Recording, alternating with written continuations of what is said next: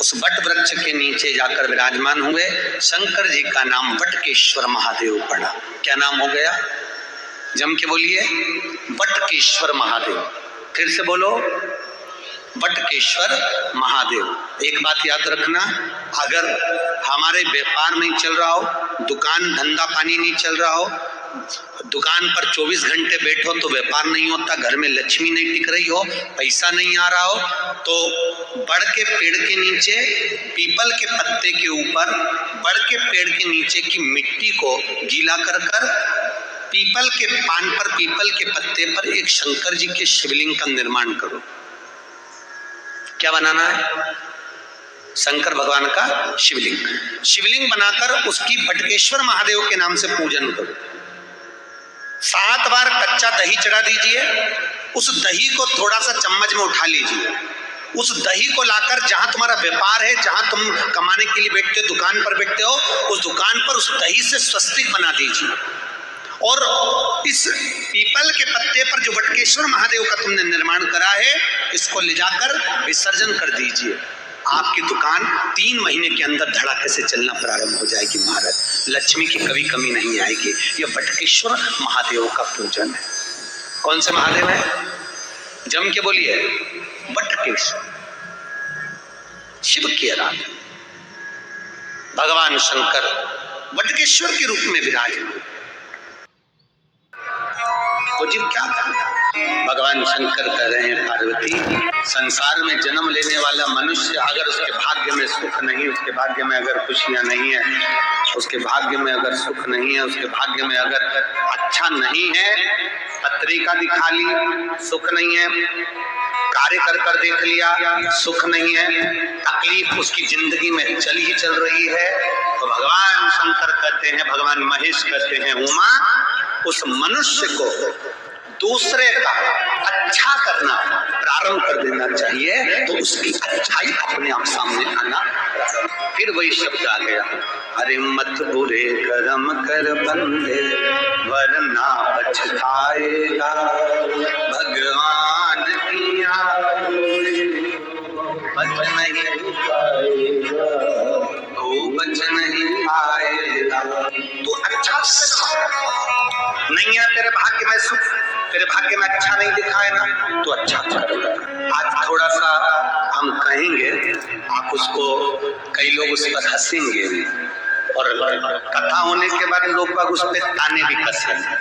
ठीक है, क्या ऐसा हो सकता? हम कहेंगे और इसके बाद दुनिया के लोग वैसे भी हमको टोटका वाला महाराज कहते हैं, तो लोग तो कहने भी रहेंगे। तो और ये तो हमारा प्रमोशन है कि अभी तक पंडित प्रदीप मिश्रा से टोटका आचार्य हो गया। आचार्य का भी तो प्रमोशन होता है।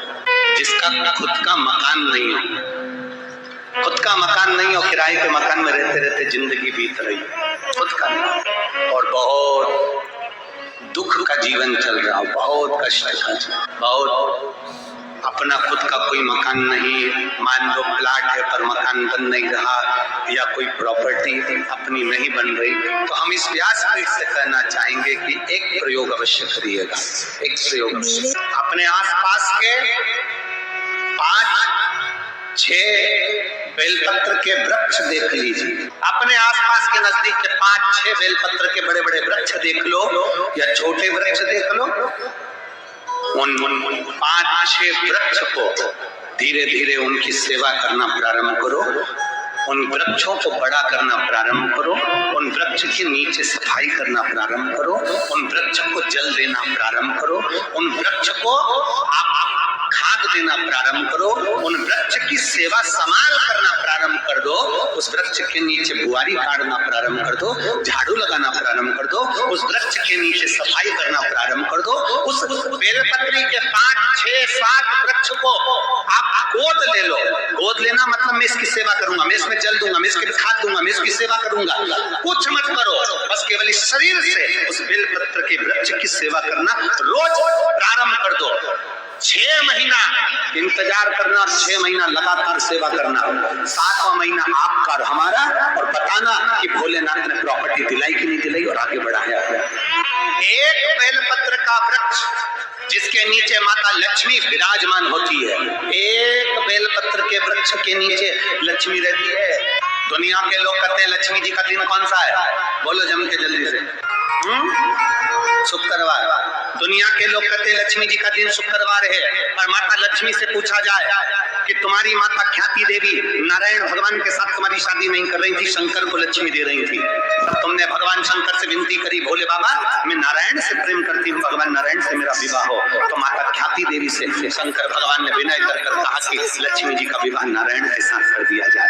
भगवान नारायण के साथ जब लक्ष्मी जी का विवाह हो गया तब लक्ष्मी जी हाथ जोड़कर बोलती हैं, बाबा मेरा विवाह नारायण के साथ हो गया और मैं आपके चरणों की सेवा करना चाहती हूँ। बाबा आप कृपा करिए कि मैं क्या करूं आपके लिए। शंकर भगवान कहते हैं लक्ष्मी बस दो चीजें कर दे, एक सोमवार के दिन तू मेरे मंदिर के दरवाजे पर चौखट पर बैठ जाना, और दूसरा प्रतिदिन शाम के समय पर तू बेलपत्री के पेड़ के नीचे बैठ जाना। मैं लक्ष्मी का भंडार भरकर लक्ष्मी बेलपत्र के वृक्ष के नीचे तो विराजमान हो जा।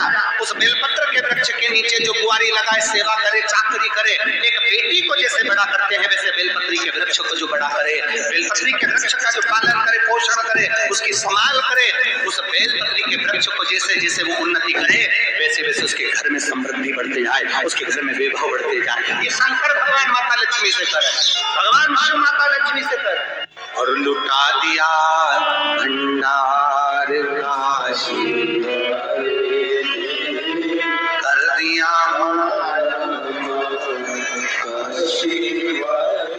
हम जानते हैं दुनिया के लोग हंसेंगे, दुनिया के लोग कहेंगे बेलपत्री के पेड़ के नीचे सेवा करने से क्या लक्ष्मी बढ़ती है? बेलपत्री के पेड़ के नीचे क्या संभाल करने से धन बढ़ता है, वैभव बढ़ता है? हम कहते हैं तुम्हारा विश्वास अगर पक्का है, शंकर के प्रति तुम्हारा भरोसा पक्का है, तो बेलपत्री के वृक्ष के नीचे तुम जाओ, तो एक नियम बनाओ, तो तुम जाओ बेलपत्र की संभाल तो करो, एक नियम बनाओ।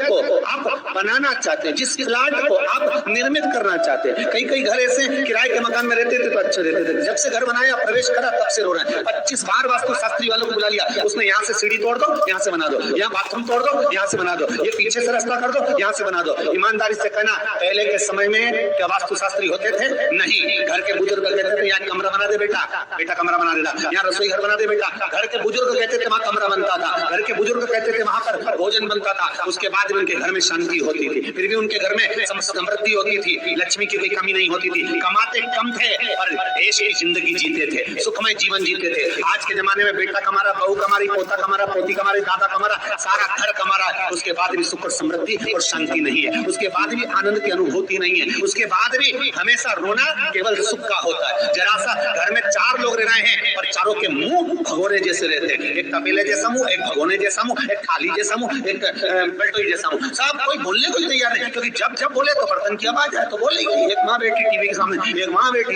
एक सोफे पे बैठा, बोले ही नहीं आपस में। वो सुख गया का महाराज। कई लोगों के मैसेज आते हैं, गुरुजी हम बड़े दुखी हैं, कारण क्या है? बस कारण इतना सा है कि आपने जब मकान का निर्माण कराया, वास्तु शास्त्री को बुलाया, इंजीनियर को बुलाया, सब ठेकेदार को बुलाया, सबको बुलाकर मकान, प्लाट, जमीन, जायदाद सब दिखवाया, पर आपने उस भूमि पर पद्म पुराण कहती है, धेनु मानस कहती है, स्कंद पुराण कहती है कि उस प्लाट पर आपने 3 दिन तक एक गौ माता को नहीं बांधा। 3 दिन तक एक गाय को उस प्लाट पर बांधकर चारा खिलाते हैं। ना वास्तु शास्त्री को बुलाने की जरूरत पड़ती, ना कभी समृद्धि की, ना सुख की जरूरत पड़ती, क्योंकि गाय उस जगह से सारी इंद्रियों को आनंदित देकर सुख प्रदान कर देती है। उस जगह के सारी रोग, बीमारी, कष्ट, तकलीफ, दुख को गौ माता खींच लेती। गौ माता जैसी जगत में कोई नहीं हो सकता। हाथ में घड़ी नहीं बांधती गौ माता, पर 4 बजे आपके रोटी मिलती है तो 4 बजे खड़ी मिल जाती है। 3 बजे भोजन मिलता है तो 3 बजे आपके दरवाजे पे मिल जाती है। 1:30 बजे भोजन दोगे तो 1:30 बजे ही मिलेगी। 1:20 पे दोगे तो 1:20 पे